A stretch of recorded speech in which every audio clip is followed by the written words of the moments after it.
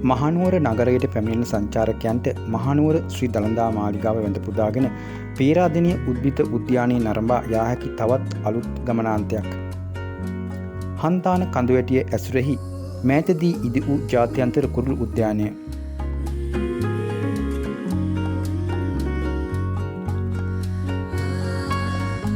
Mahanuwara නගරයෙන් kilometre 4.5ක විතර දුරකින් පිහිටලා තියෙන මේ කුරුළු උද්‍යානය නරඹන්න හන්තාන උඩවිල හරහා ගලහ මාර්ගයෙන් ගමන් කළ යුතු වෙනවා.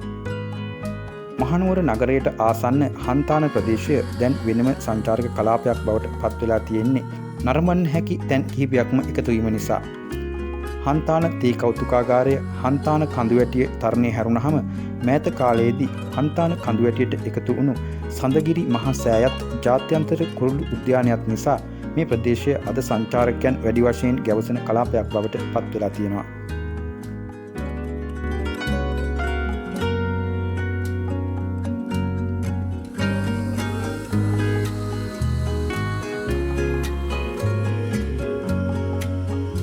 හන්තාන උඩවිල පාරෙන් හැරිලා තේ කෞතුකාගාරයට යන පාරෙන්මයි කුරුළු උද්‍යානය නරඹන්න යන්න තියෙන්නේ.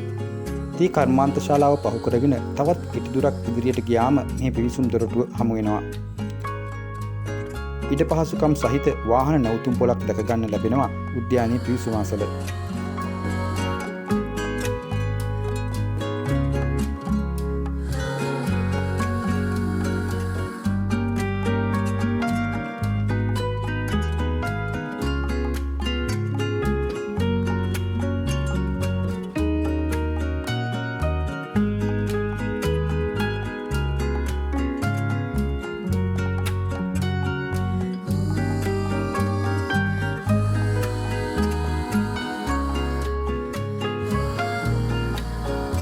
කුරුළු උයනට ඇතුළු වෙද්දිම දැක ගන්න ලැබෙනවා භූමි අලංකරණ ක්‍රම උපයෝගී කර ගනිමින් මෙහි පරිසරය සකස් කර ඇති ආකාරය.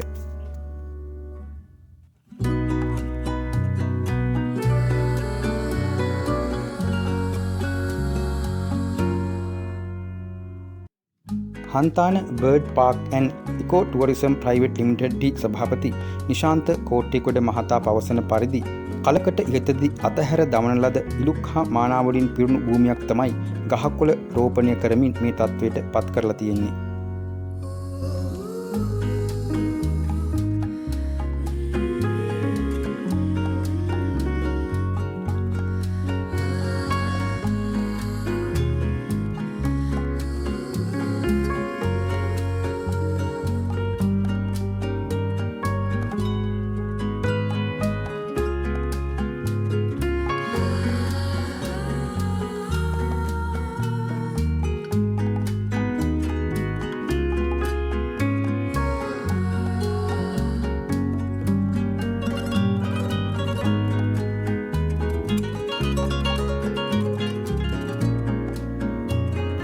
කුරුළු උද්‍යානය සැලසුම් කිරීම, ලියාපදිංචි කිරීම ආදී කටයුතු 2000 වසරේ සිට පමණ සිදු වුණත් මේ විවෘත වන්නේ 2023 අවුරුද්දේදී.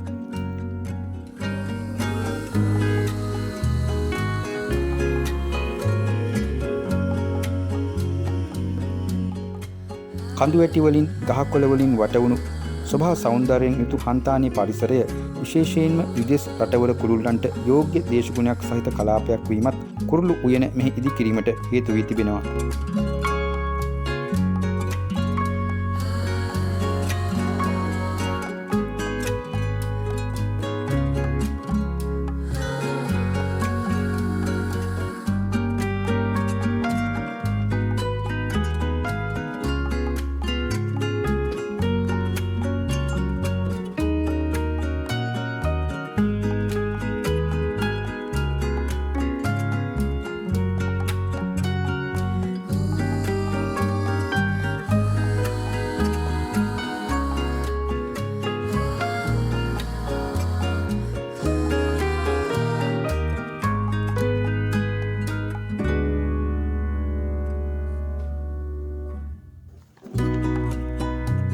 අක්කර 27ක පමණ භූමියක් මීට වෙන් වෙලා තිබුණත් දැනට මුල් අදියර යටතේ අක්කර 10ක පමණ භූමි ප්‍රමාණයකුයි උද්‍යානය සඳහා යොදාගෙන ඇත්තේ.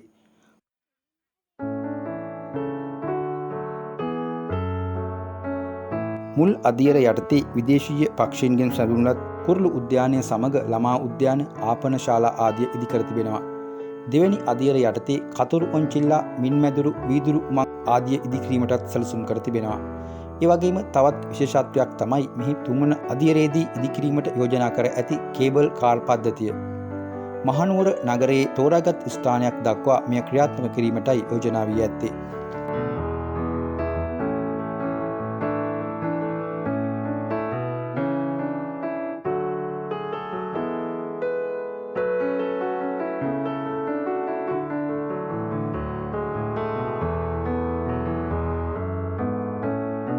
ඒ වගේම තවත් කුරුළු විශේෂ රාශියක් මේ උද්‍යානයට එක් කිරීමටත් සැලසුම් කර තිබෙනවා.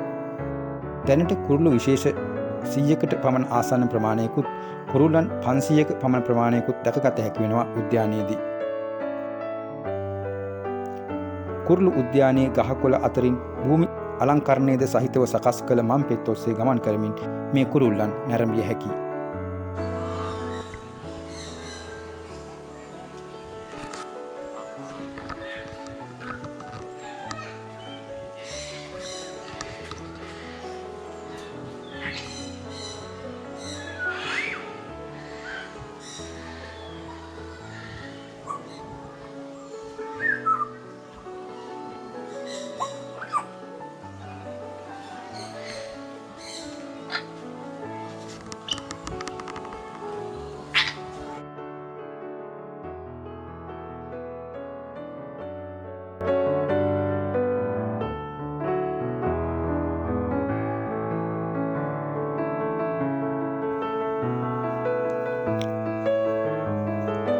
හන්තාන කුරුළු උද්‍යානයේ ඉදිකිරීමේදී ආදර්ශයට ගෙන ඇති බව පැවසෙන්නේ සිංගප්පූරුවේ ඩියුරොන්ග් කුරුළු උද්‍යානය. ඒ වගේම තවත් විශේෂත්වයක් වෙන්නේ මෙහි දැකගන්න ලැබෙන සියලු දෙනා විදේශ කුරුළු විශේෂ වුණත් මොවුන් ලංකාව තුල උපත ලැබූ සතුන් වීම. ඔවුන් මුල් සතුන්ගෙන් බෝ වී 3 වැනි හෝ 4 වැනි පරම්පරාවේ සතුන් බවයි දැනගන්න ලැබෙන්නේ.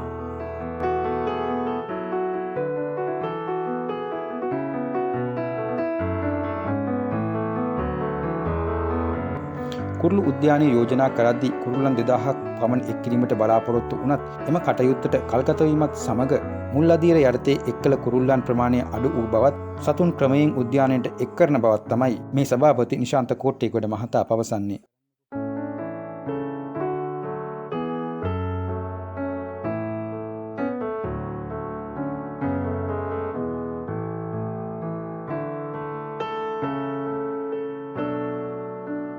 හන්තාන ජාත්‍යන්තර කුරුළු උද්‍යානයට ඇතුළු වීම සඳහා දැනට වැඩිහිටි කෙනෙකුට රුපියල් 600ක් සහ දරුවෙකුට රුපියල් 400ක් වශයෙන් වූ ටිකට් පතක වටිනාකම.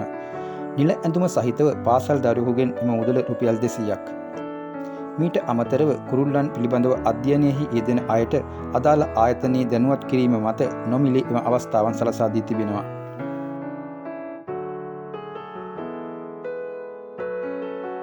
ඒ වගේම රෝගී වූ කුරුල්ලන් රැකබලා ගැනීමේ කුරුළු නිවහනක් වගේම අනාථාගාරයක් හා නිරෝධායන ඒකකයක්ද සහිතව උද්‍යානය පවත්වාගෙන යාමටත් කටයුතු කර තිබෙනවා.